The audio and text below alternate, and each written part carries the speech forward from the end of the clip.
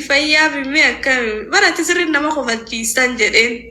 Yaa sirri wanni an si gaafadhe si gadee amma sun Khaliib irratti itti wal bartanii keessan eenyu dura katabeef TikTokin immoo messengeraa walii bartan.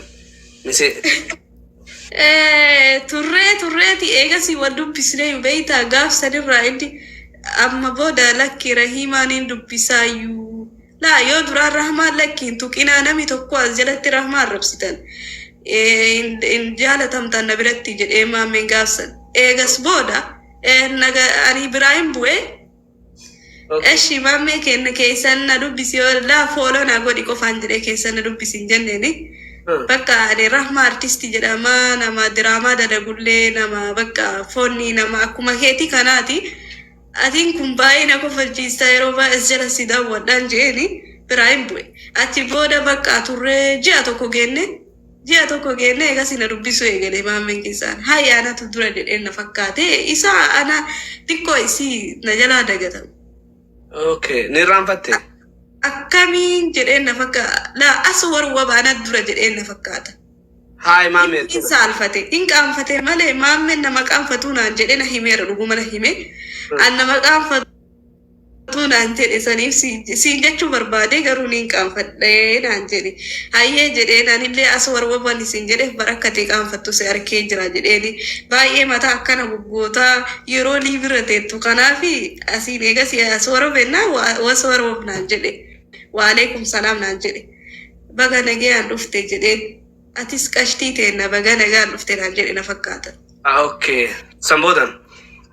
Walbarnoota gaarii ka as dhufteetiin ana dubbisuu keetii fi baay'ee gammadee jira. Anillee duraanii si dubbisadhee yaadee numan beeka garuu numan qaanfadhaa aniin tullii birratti oolee sitti ergadhee hin beekullee takkaa hin ergadhama jedhaa garuu warkiinan tuquu akkuma bakka waan jaarsa keetaa takka waan sitti na gurguruu deemanii tokko fa'a.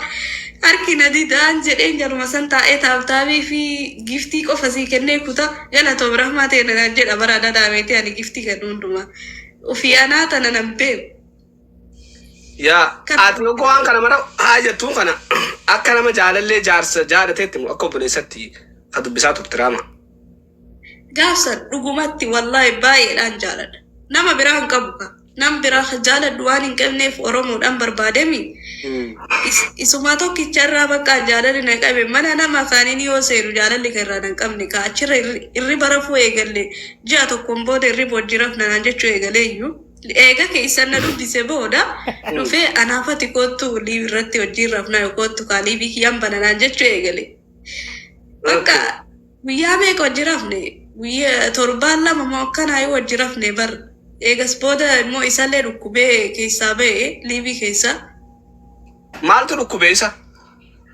Bakkuma rafutti numa rafa beeyta inni riba kanan immoo itti fufa malee hin ka'uu isa socho'u. Aniin tun immoo adada olol akka namni waraabu moo san shakkaa beeyta anaaf isaa kana wajji rafnu. Ol ka'eetiin adada laalaaf liibii kana. Sababii wajji rafuuf namni dillii nama 500 asii wal ga'an jaartii argate boodaniiti namni hidhaafan asii wal ga'ee jira.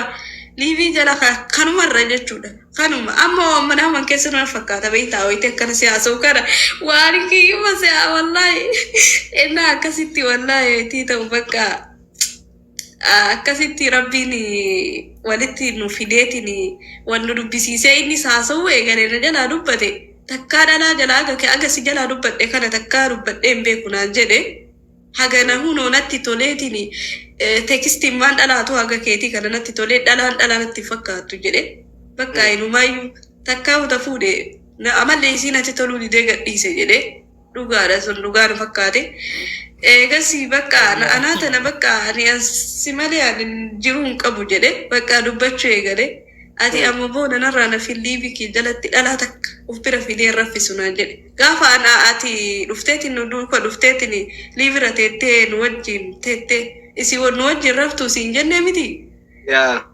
Eegasi ati mootiyyuu gaafsani lakki ani jaardeen tiyya natti bilbiluu jirti na oftee jirti bakka nagaa nuu turaa naa turaa nuun jette.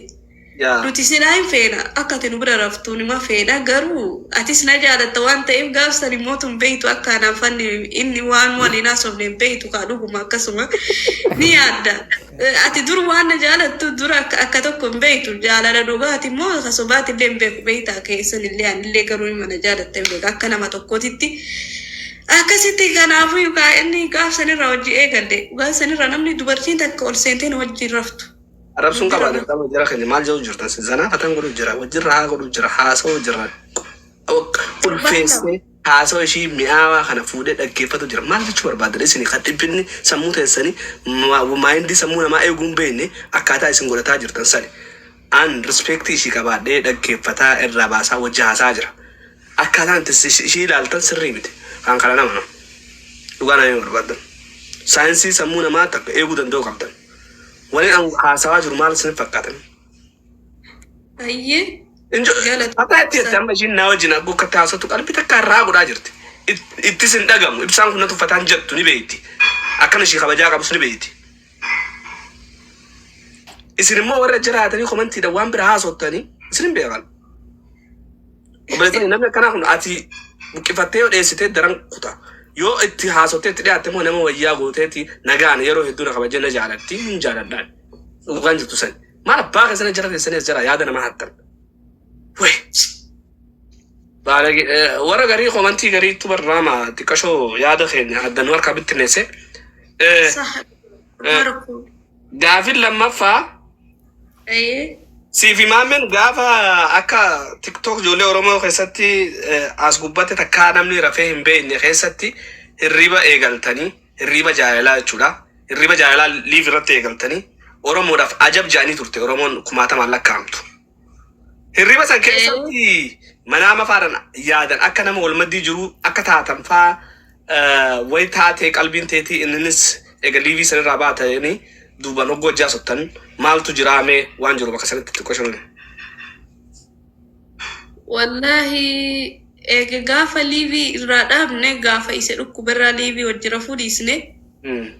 Anis gaana dhukkubee eega walitti himanna gaafa isarraa dhukkubee isarraa fayyee anaa siinatti ka'ee bowwoon.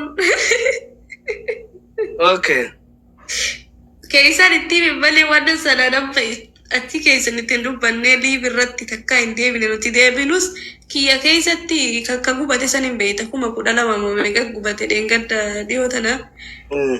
Isa san jechuudha isarratti geemii taphanne inni asiin kan akka isaatiin seeneti ani immoo kiyya sadiin seene eegasi akkasi walitti erganne eegasi akkatti onne akkana godhaatiin dhaboo geemiin wajji taphachuu eegale gaafsan dhuguma na jaalata jaarsan qabu ture gaafsan hin arkanne biyya kanatti hin arkanne innaa dhugumaan isa jaaladha anis akkattiin onne isaa godha inni dhugumaan onne masan ol fuudhee fiiltarii irra fayyadama ani fiiltarii saniin fayyadamu takkaa fiiltarii fuulli kiyyarraan fayyadamu akka abbaa abdii maalii kanneen kana hin beekame fuulli kiyya fuuluma kiyya kanaafi akkasitti hoyti inni waan hin aadala gusan baay'ee takka na gaddisiise jechuudha eega gaafa guyyaa saniitii bakka jaalalli isaanirraa baduu ta'e tureeyyu eegasi asitti gaafsa illee arwasaa minima wal dubbisna guyyaa takka walirraa cinnee hin beeknu immoo wal dubbisnaa nuti wasaabbi dura hayi ka waliin jennee wal dubbisnee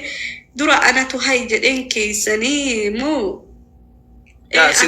naatu jeen jette naatu haya jeen jette garuu maammeen raamanni waniin qabdu amma maammeen dubbiseen ture maammeen ogun dubbisu raaman beekaf tiktok irratti akkas wanni jette malee nama normaal haga ishii fayyaa qabu hin jiru nan jee wallaahi watarlaa jira keenya argee jira